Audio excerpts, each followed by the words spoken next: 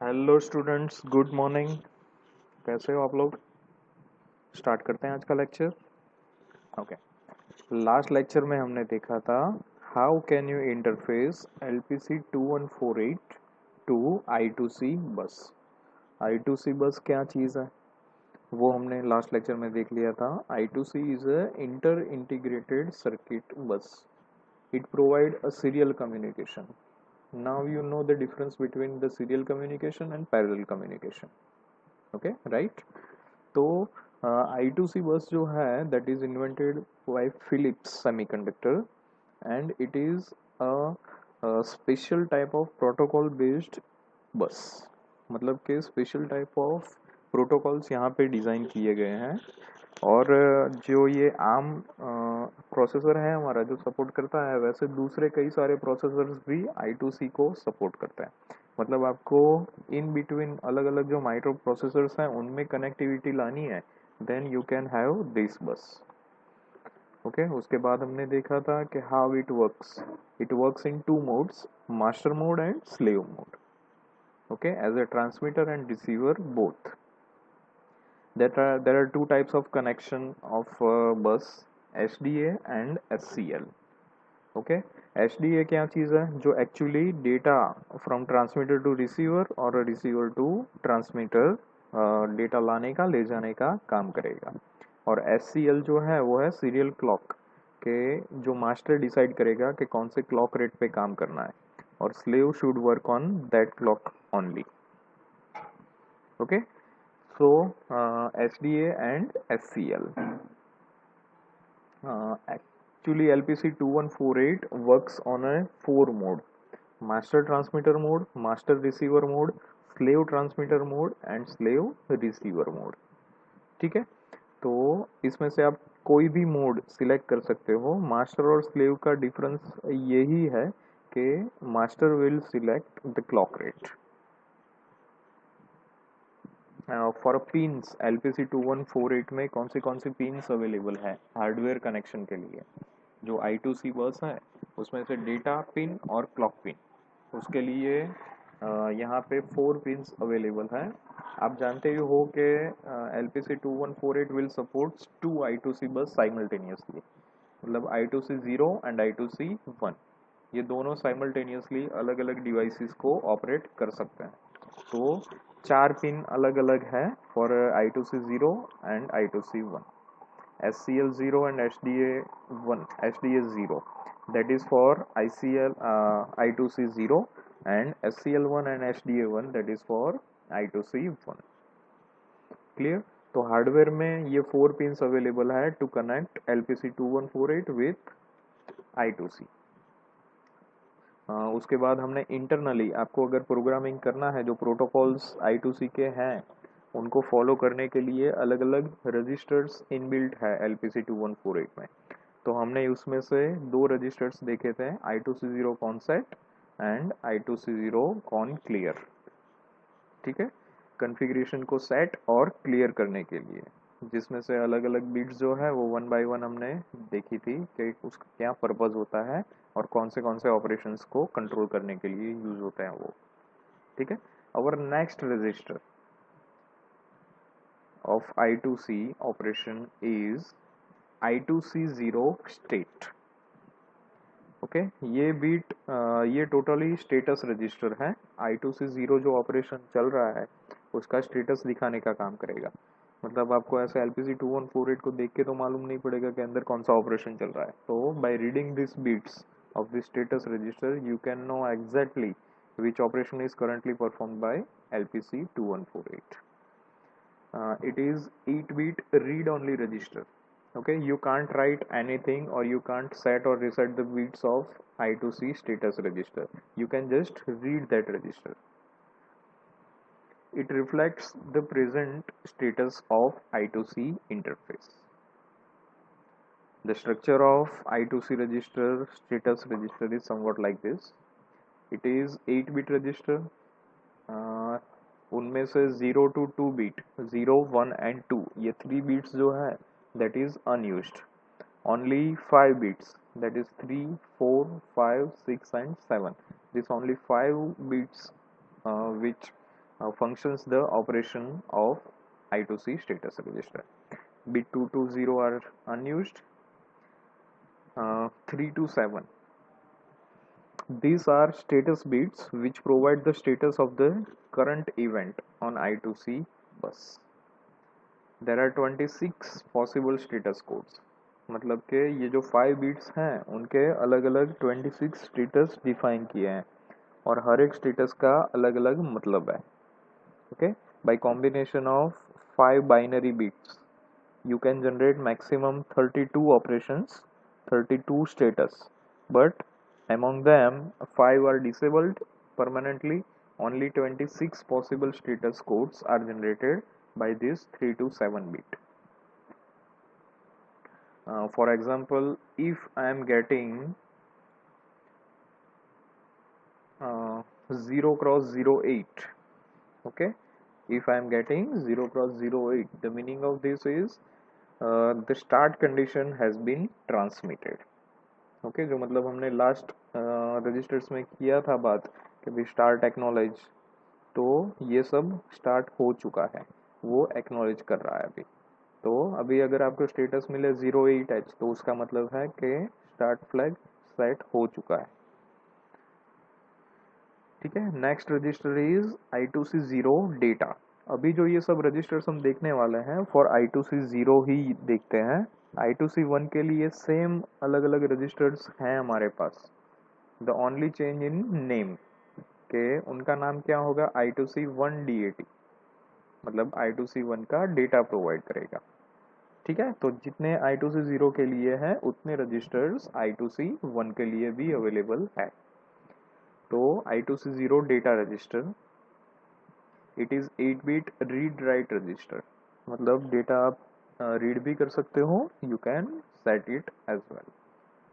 It contains the data to be transmit और received. Okay, actually data जो serial communication through transmit होने वाला है वो एज अ बफर प्रोवाइड करेगा. ये आपका एक बफर है, मतलब 8 बिट का डेटा आप यहाँ पे डाल दो, सीरियल कम्युनिकेशन स्टार्ट कर दो, तो ऑटोमेटिकली 1 बाय 1 बीट ट्रांसमिट हो जाएगी रिसीवर तक. ठीक है, समझ में आ गया. Okay, this register can be read और write to only when SI is 1. Okay, data कब आप लोड कर सकते हो, whenever you will fill SI bit of 1. SI bit का स्टेटस अगर 1 आपको मिल रहा है, then and then you can load your data to this register. Next register is I2C0 SCLL. Okay, SCL मतलब क्या, SCL मतलब सीरियल क्लॉक रेट. ठीक है, और L का मतलब है serial clock low duty cycle register. Okay, duty cycle provide करता है, lower part of duty cycle is provided by this register I2C0 SCL. It is 16 bit register. जो क्लॉक रेट हमें प्रोवाइड करने वाले हैं वो 32 बीट का एक वैल्यू होगा. ठीक है, कि जो एक्चुअली टाइमर में लोड होगा और टाइमर उसके अकॉर्डिंग काम करेगा और जो क्लॉक रेट प्रोड्यूस करेगा वही क्लॉक रेट पे ट्रांसमीटर और रिसीवर दोनों काम करेंगे. तो ये जो मास्टर है, master I2C, master LPC 2148, not I2C, LPC 2148 master will generate this duty cycle code and give it to a slave, और फिर दोनों टाइमर का सेम वैल्यू लोड हो जाएगा, तो फिर दोनों एक ही टाइम पे काम करने लगेंगे, एक ही टाइम पे सिंक्रोनाइजेशन दोनों में प्रोवाइड होगा. तो to provide the lower byte we have this register I2C0 SCLL. This register contains the value SCL low time of cycle. समझ में आ गया आपको. उसी तरह से है हमारे पास दूसरा रजिस्टर एट I2C0 SCLH, कि जो ड्यूटी साइकिल के हायर पार्ट को प्रोवाइड करता है. It is again a 16 bit register and the function is to provide a higher duty cycle value. ठीक है, तो मतलब कि टोटल 32 बीट का SCLL और SCLH दोनों को कंबाइन करेंगे तो टोटल 32 बीट का एक वैल्यू हो जाएगा. वो बीट प्रोवाइड करेंगे किसको, स्लेव को. ताकि दोनों ट्रांसमीटर और रिसीवर दोनों एक ही क्लॉक रेट पे काम कर सके। Clear? Next register, next is a calculation. How can you calculate SCLL and SCLH? If you want to generate a particular amount of time, then how can you make a value SCLL and SCLH? Okay, the calculation is somewhat like this. The frequency and duty cycle of SCL is decided using I2C SCLL and I2C SCLH. Okay, SCLH contains the higher value and SCLL contains lower value. The frequency is calculated using this equation. Okay, the frequency of I2C is calculated using this equation. तो actually ये equation है frequency का. तो as you know that the frequency and time are inversely proportional to each other. So if you have a frequency, then you can easily calculate the time. Or if you have a time, then you can calculate the frequency. तो particular suppose आपको 5 मिली seconds के लिए time delay generate करना है, तो आप उसके according frequency count कर लो, फ्रीक्वेंसी की वैल्यू यहाँ पे डालो, तो by using this equation you can have a value of SCLL and SCLH. Next register, that is I2C0 ADR. Okay, I2C0 slave address register. ये रजिस्टर कब काम आता है? When you have a single master and multiple slaves you have connected.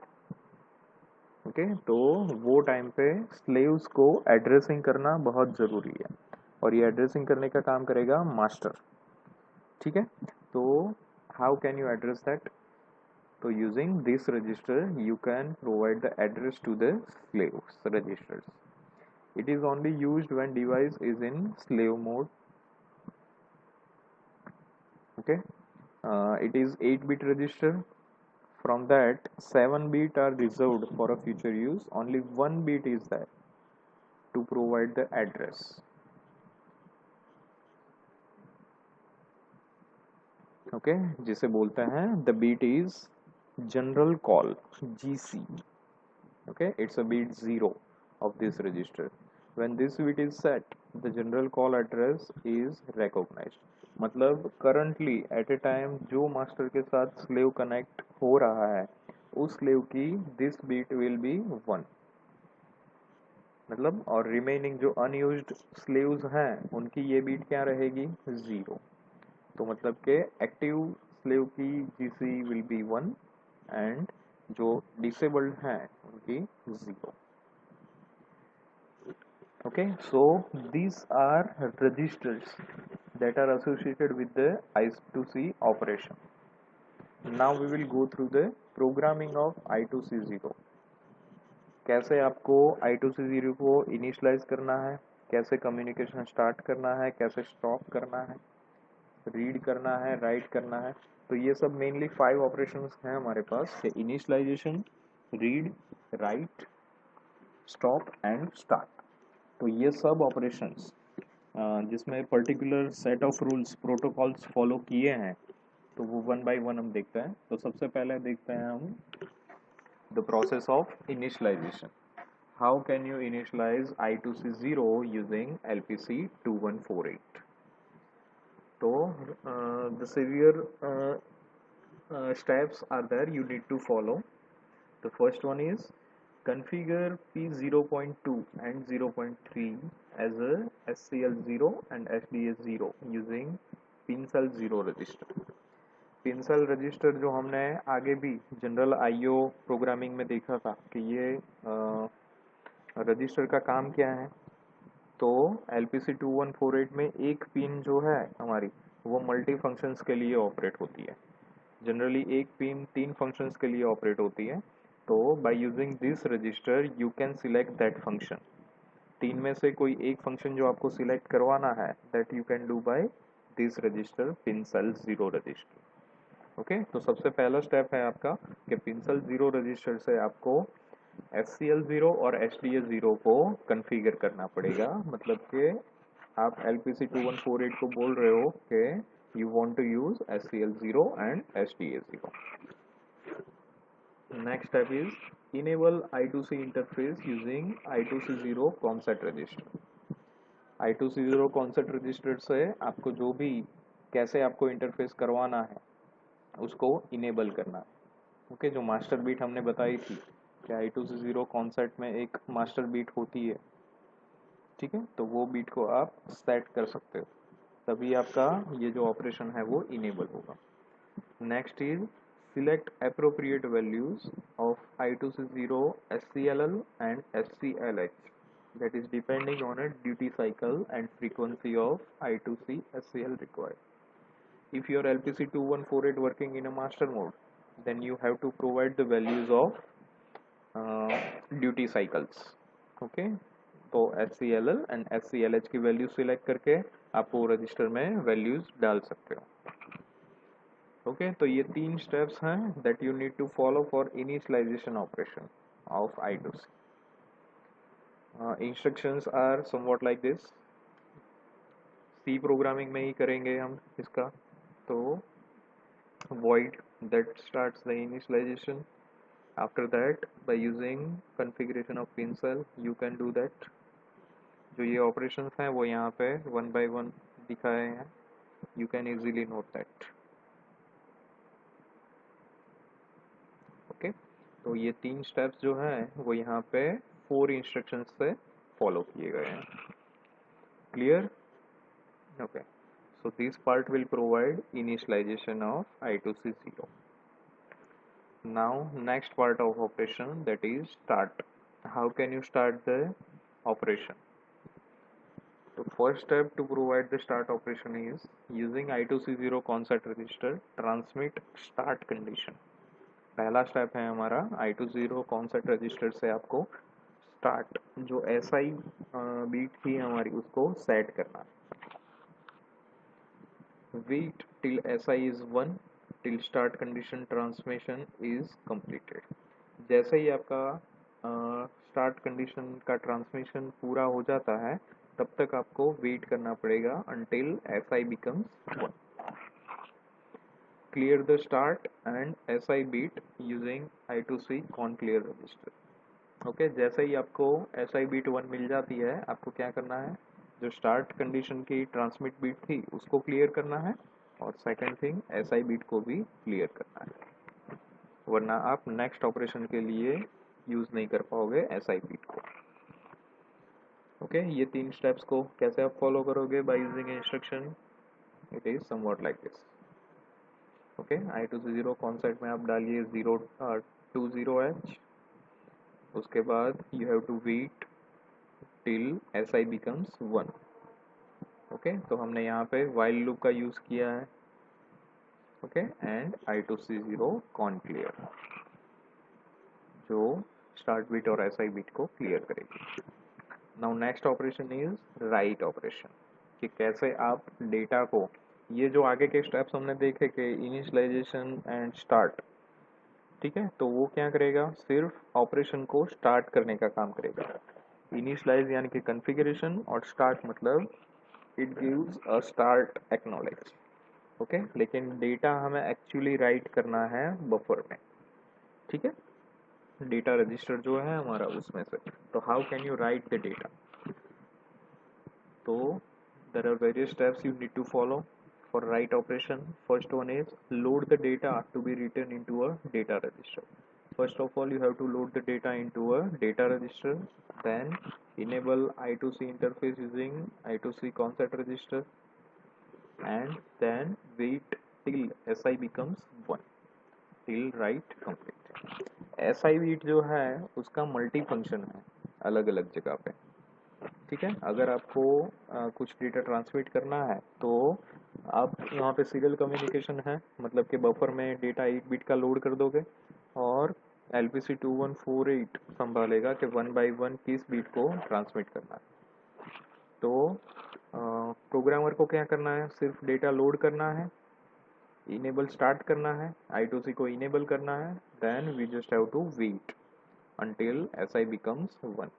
जैसे ही 8 bit transmit हो जाएगी SI will B 1.